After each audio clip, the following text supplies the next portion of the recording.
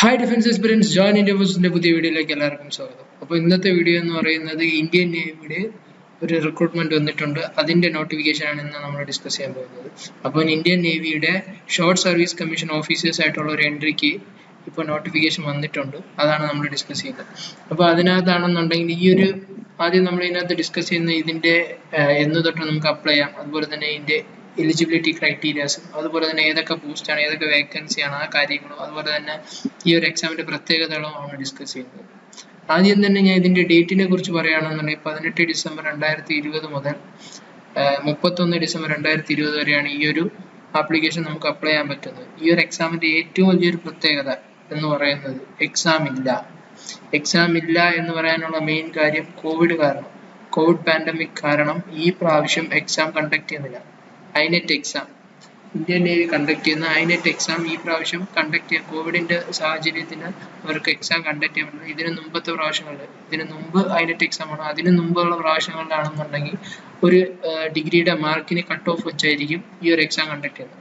അപ്പൊ ഈ പ്രാവശ്യം ഈ കോവിഡിന്റെ ഒരു കാരണം ഉള്ളതിനാൽ ഐനെറ്റ് എക്സാം ക്യാൻസൽ ചെയ്ത് ഒരു ഡിഗ്രിയുടെ മാർക്കിന് അവരൊരു കട്ട് ഓഫ് വെച്ചായിരിക്കും ഈ ഒരു SSB ഇന്റർവ്യൂവിന് നമ്മളെ വിളിക്കുന്നത്. അപ്പൊ ഈ ഒരു എക്സാം ഈ ഒരു പ്രാവശ്യം എന്ന് പറഞ്ഞ ഒരു അവസരമാണ്. ഈ ഒരു കോവിഡ് സാഹചര്യത്തിൽ ഒരു സുവർണ അവസരമാണ് എക്സാം എഴുതാതെ തന്നെ ഇന്ത്യൻ നേവിയിൽ ഓഫീസർ ആവാൻ ഒരു എൻട്രി. അപ്പം ഈ ഒരു എക്സാമിനകത്ത് ഈ ഒരു സർവീസിനകത്താണെന്നുള്ള ഷോർട്ട് സർവീസ് കമ്മീഷനാണ്. 10 മുതൽ 14 വർഷത്തെ സർവീസാണ് ഈ ഒരു ഷോർട്ട് സർവീസ് കമ്മീഷൻ എന്ന് പറയുന്നത്. അപ്പൊ ഇതിനകത്ത് വരുന്ന ബ്രാഞ്ചസ് എന്ന് പറഞ്ഞു കഴിഞ്ഞാൽ എക്സിക്യൂട്ടീവ് ബ്രാഞ്ചും, അതുപോലെ തന്നെ ടെക്നിക്കൽ ബ്രാഞ്ചും, അതുപോലെ എഡ്യൂക്കേഷൻ ബ്രാഞ്ചും, അങ്ങനെ 3 ക്ലാസിഫിക്കേഷനാണ് വരുന്നത്. ഇതിൽ ഏറ്റവും കൂടുതൽ അവസരം വരുന്നത് BE BTech എടുത്തവർക്കും അതുപോലെ തന്നെ പോസ്റ്റ് ഗ്രാജുവേഷൻ എടുത്തവർക്കുമാണ് ഇതിലെ ഏറ്റവും കൂടുതൽ ഓപ്പർച്യൂണിറ്റി വരുന്നത്.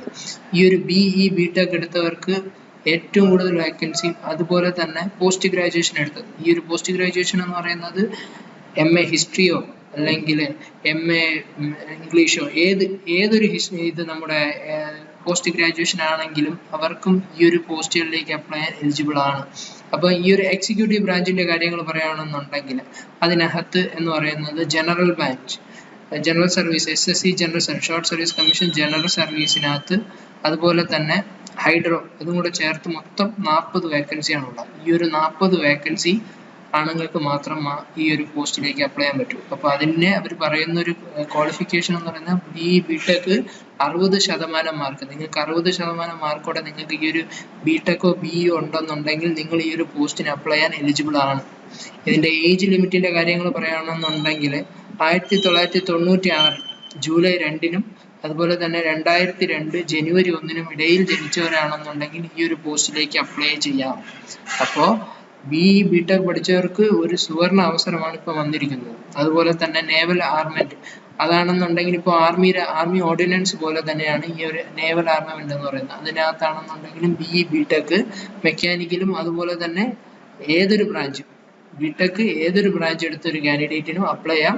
അതിന്റെ കൂടെ തന്നെ നിങ്ങൾക്ക് +2-ലെ എല്ലാ സബ്ജക്റ്റിനും 60% മാർക്ക് കമ്പൽസറി ആണ്. അതുകൊണ്ടെന്നുണ്ടെങ്കിൽ നിങ്ങൾക്ക് ഈ ഒരു പോസ്റ്റിലേക്കും അപ്ലൈ ചെയ്യാം. അതുപോലെ അതിന്റെ വേക്കൻസി ആണെങ്കിൽ 16 വേക്കൻസി വരുന്നുണ്ട്. അതുപോലെ തന്നെ observer post, SSC observer post ഉണ്ട്. അതിനകത്തും BE BTech ആണ്. അതിലും 60% മാർക്ക് BTech ഉണ്ടെന്നുണ്ടെങ്കിൽ നിങ്ങൾക്ക് അപ്ലൈ ചെയ്യാം.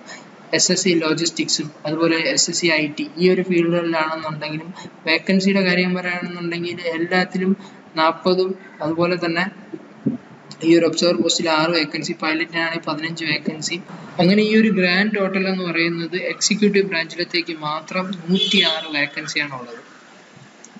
അടുത്ത് നമ്മളിപ്പോൾ നോക്കുന്ന ടെക്നിക്കൽ ബ്രാഞ്ചാണ്. ഈ ഒരു ടെക്നിക്കൽ ബ്രാഞ്ചിലാണെന്നുണ്ടെങ്കിലും എഞ്ചിനീയറിംഗ് കമ്പൽസറി ആണ്. എഞ്ചിനീയറിംഗ്, മെക്കാനിക്കലോ അതുപോലെ ഓട്ടോമൊബൈലോ ഏതൊരു എഞ്ചിനീയറിംഗ് ബ്രാഞ്ച് എടുത്തവർക്കും ഈ ഒരു പോസ്റ്റിലേക്ക് അപ്ലൈ. ഇതാണെന്നുണ്ടെങ്കിലും എഞ്ചിനീയറിംഗ് ഷോർട്ട് സർവീസ് ആണ്, ജനറൽ സർവീസ് ആണ്. അപ്പോൾ അതിനകത്താണെന്നുണ്ടെങ്കിലും 30 വേക്കൻസി ഈ ഒരു ജനറൽ സർവീസിനകത്തും, ഇലക്ട്രിക്കൽ ബ്രാഞ്ചിനകത്താണെന്നുണ്ടെങ്കിൽ നിങ്ങൾക്ക് 40 വേക്കൻസി ഉണ്ട്. ഇതാണെന്നുണ്ടെങ്കിലും മെയിൽ കാൻഡിഡേറ്റ്സിന് മാത്രമാണ്. ഇതിന്റെ ഏജ് ഓഫ് ലിമിറ്റ് എന്ന് പറയുന്നതും 1996 ജൂലൈ 2-നും അതുപോലെ തന്നെ 2002 ജനുവരി 1-നും ഇടയിൽ ജനിച്ചവർക്കാണ് ഈ ഒരു പോസ്റ്റുകളിലേക്കുള്ളത്. അപ്പൊ നമ്മൾ ഇനി ഫീമെയിൽ കാൻഡിഡേറ്റ്സിന് അപ്ലൈ ചെയ്യാൻ പറ്റുന്ന അവസരങ്ങൾ എന്ന് പറയുന്നത് മൊത്തം 6 വേക്കൻസി 6 വേക്കൻസിയാണ് അവർ പറയുന്നത്. ഈ ഒരു 6 vacancy SSC pilot short service commission pilot പോസ്റ്റിലേക്കും അതുപോലെ തന്നെ SSC ലോജിസ്റ്റിക്സ് ഈ ഒരു 2 ഫീൽഡിലുമാണ് ഈ ഒരു കാൻഡിഡേറ്റ്സിന് അപ്ലൈ ചെയ്യാൻ പറ്റുന്നത്. ഇതിന്റെ വേക്കൻസിയുടെ കാര്യങ്ങൾ പറയുന്നുണ്ട്.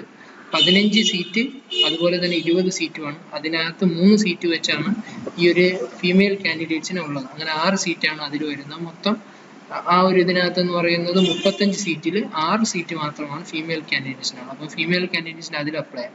അതുപോലെ തന്നെ ഫീമെയിൽ കാൻഡിഡേറ്റ്സിന് എഡ്യൂക്കേഷൻ ബ്രാഞ്ചിനകത്തുണ്ട്. എഡ്യൂക്കേഷൻ ബ്രാഞ്ചിനകത്താണെന്നുണ്ടെങ്കിൽ അവിടെ ലിമിറ്റ് ഇല്ല, അവിടെ ഗേൾസിനും ബോയ്സിനും ഒരുപോലെ തന്നെ. അപ്പോൾ ഈ ഒരു എഡ്യൂക്കേഷൻ ബ്രാഞ്ചിലാണെന്നുണ്ടെങ്കിൽ പോസ്റ്റ് ഗ്രാജുവേഷൻ നിങ്ങൾക്ക് മാത്തമാറ്റിക്സിലോ അല്ലെങ്കിൽ ഫിസിക്സിലോ ഹിസ്റ്ററിയിലോ ഇംഗ്ലീഷിലോ ഏതൊരു ഡിഗ്രിയിലാണ് നിങ്ങൾക്ക് പോസ്റ്റ് ഗ്രാജുവേഷൻ ഉള്ളത് ആ കാൻഡിഡേറ്റ്സിനും ഈ ഒരു പോസ്റ്റിലേക്ക് അപ്ലൈ ചെയ്യാം. അതിൻ്റെ കൂടെ തന്നെ ഈ ഒരു ലോജിസ്റ്റിക്സിലാണെന്നുണ്ടെങ്കിൽ MBA ഫസ്റ്റ് ക്ലാസ്സോടെ പാസ്സായവർക്കും ഈ ഒരു പോസ്റ്റിലേക്ക് അപ്ലൈ ചെയ്യാം. അതുപോലെ തന്നെ BSCയും BCom ഉള്ളവർക്കും ഈ ഒരു പോസ്റ്റിലേക്ക് അപ്ലൈ ചെയ്യാൻ പറ്റും. അപ്പോൾ അത് നിങ്ങൾ നോട്ട് ചെയ്യണം. Logistics SSC logistics short service commission ലോജിസ്റ്റിക്സിലേക്ക് അപ്ലൈ ചെയ്യുമ്പോൾ MBA ഉള്ളവർക്കും അപ്ലൈ ചെയ്യാം. അതുപോലെ തന്നെ BSc BCom ഒക്കെ ഉള്ളവർക്കും ഈ ഒരു പോസ്റ്റുകളിലേക്ക് അപ്ലൈ ചെയ്യാൻ പറ്റും. എഡ്യൂക്കേഷൻ ബ്രാഞ്ചിന്റെ കാര്യം തിരിച്ച് നമ്മൾ പറയുകയാണെന്നുണ്ടെങ്കിൽ PG പോസ്റ്റ് ഗ്രാജുവേഷനും അതുപോലെ BTech ഉള്ളവർക്കും അവിടെയും അവസരമുണ്ട്. അപ്പോൾ ഈ ഒരു മൊത്തം വേക്കൻസി ഇപ്പോൾ വന്നിരിക്കുന്ന മൊത്തം വേക്കൻസിയുടെ കൂട്ടി 210 വേക്കൻസിയാണ് ഈ ഒരു പോസ്റ്റിലേക്ക് ഷോർട്ട് സർവീസ് കമ്മീഷനിലേക്ക് 210 വേക്കൻസിയാണ് വിളിച്ചിരിക്കുന്നത്. ഇനി അപ്പോൾ നമ്മൾ പറയാൻ പോകുന്ന ഒരു കാര്യം എന്ന് പറയുന്നത് ഈ ഒരു പൈലറ്റ് കൊമേഴ്ഷ്യൽ പൈലറ്റിന്റെ ലൈസൻസ് ഉണ്ടെന്നുണ്ടെങ്കിൽ അവർക്ക് ചെറിയ ഏജിന്റെ റിലാക്സേഷൻസ് ഒക്കെ ഉണ്ട്. അതുപോലെ തന്നെ മർച്ചന്റ് നേവിയുടെ ലൈസൻസ് ഉള്ള ഒരു കാൻഡിഡേറ്റ് ആണെന്നുണ്ടെങ്കിൽ അവർക്കും ഇതിനകത്ത് ഒരു പ്രത്യേക പരിഗണന ഉണ്ട്. പിന്നെ ഇത് അപ്ലൈ ചെയ്യുന്ന കാര്യങ്ങളെ കുറിച്ച് അവർ പറഞ്ഞിട്ടുണ്ട്. അപ്ലൈ ചെയ്യുന്ന കാര്യങ്ങളാണെന്നുണ്ടെങ്കിൽ ഇന്ത്യൻ നേവിയുടെ ഒഫീഷ്യൽ വെബ്സൈറ്റ് വഴിയാണ് ചെയ്യുന്നത്. www.joinnavy.gov.in എന്നൊരു വെബ്സൈറ്റിനകത്ത് കയറി നിങ്ങൾ ഓൺലൈൻ ആപ്ലിക്കേഷൻ കൊടുക്കണം. അതിനാണെന്നുണ്ടെങ്കിൽ നിങ്ങൾക്ക് ഒരു അക്കൗണ്ട് ക്രിയേറ്റ് ചെയ്യണം. അത് അതിനകത്ത് നിങ്ങൾക്ക് കയറുമ്പോൾ കാണാൻ പറ്റും. ഈ ഒരു അപ്ലൈ ചെയ്യേണ്ട കാര്യങ്ങൾ നിങ്ങൾക്ക് 18-ാം തീയതി മുതൽ സൈറ്റ് ഓപ്പൺ ആയിരിക്കും. അതിന്റെ ലിങ്ക് ഞാൻ എൻ്റെ ഡിസ്ക്രിപ്ഷൻ ബോക്സിനകത്ത് കൊടുത്തിരിക്കാം.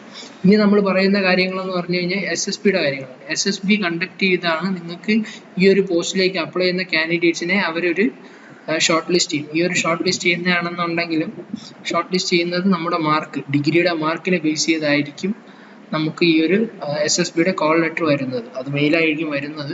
അപ്പോൾ അതിനകത്താണെന്നുണ്ടെങ്കിൽ അതിൻ്റെ ഒരു പ്രോസസ്സ് എന്ന് പറയുന്നത് 5 day പ്രോസസ്സാണ് ഈ ഒരു SSB ഇന്റർവ്യൂ എന്ന് പറയുന്നത്. അതിൽ ഫൈനലി പാസ് ആവുന്ന കാൻഡിഡേറ്റ്സ് ആയിരിക്കും അടുത്ത മെഡിക്കലും ഈ ഒരു മെഡിക്കലും ഫിസിക്കലും പാസ്സാവുന്നവരായിരിക്കും മെറിറ്റ് ലിസ്റ്റ് ഫൈനൽ മെറിറ്റ് ലിസ്റ്റിനകത്ത് വരുന്നത്. അപ്പോൾ അതാണ് ഈ ഒരു നോട്ടിഫിക്കേഷനകത്ത് പറയുന്നത്. ഇനി ഇതിൻ്റെ ഫർദർ ആയിട്ടുള്ള നോട്ടിഫിക്കേഷൻസ് വരുന്നതിനനുസരിച്ച് അതിൻ്റെ കാര്യങ്ങളൊക്കെ ഞാൻ വേറെ വീഡിയോസിനകത്ത് ചെയ്യും. അതുപോലെ തന്നെ നിങ്ങൾക്ക് എന്തെങ്കിലും ഈ ഒരു വീഡിയോയായിട്ട് ബന്ധപ്പെട്ട് എന്ത് ഡൗട്ട്സ് ഉണ്ടെന്നുണ്ടെങ്കിലും കമൻറ്റ് ബോക്സിനകത്ത് കമൻറ്റ് ചെയ്യുക, അതിന് ഞാൻ ഉത്തരം പറയുന്നതായിരിക്കും. അതുപോലെ തന്നെ നിങ്ങൾക്ക് പേഴ്സണലായിട്ട് എന്തെങ്കിലും ഡൗട്ട് ചോദിക്കണമെന്നുണ്ടെങ്കിൽ എൻ്റെ ഇൻസ്റ്റാഗ്രാം ലിങ്ക് ഞാൻ ഡിസ്ക്രിപ്ഷൻ ബോക്സിൽ കൊടുത്തിട്ടുണ്ട്. അതിനകത്താണെന്നുണ്ടെങ്കിൽ നിങ്ങൾക്ക് എന്നോട് ചോദിക്കാം. അപ്പോൾ ഈ ഒരു വീഡിയോ നിങ്ങൾ മാക്സിമം ഫ്രണ്ട്സിന് ഷെയർ ചെയ്ത് കൊടുക്കുക. എഞ്ചിനീയറിംഗ് പഠിച്ച ഫ്രണ്ട്സിനും അതുപോലെ തന്നെ പോസ്റ്റ് ഗ്രാജുവേഷൻ ഉള്ള ഫ്രണ്ട്സിനും ഷെയർ ചെയ്ത് കൊടുക്കുക. അവർക്ക് വളരെ യൂസ്ഫുൾ ആയിട്ടുള്ള ഒരു കാര്യമാണ്.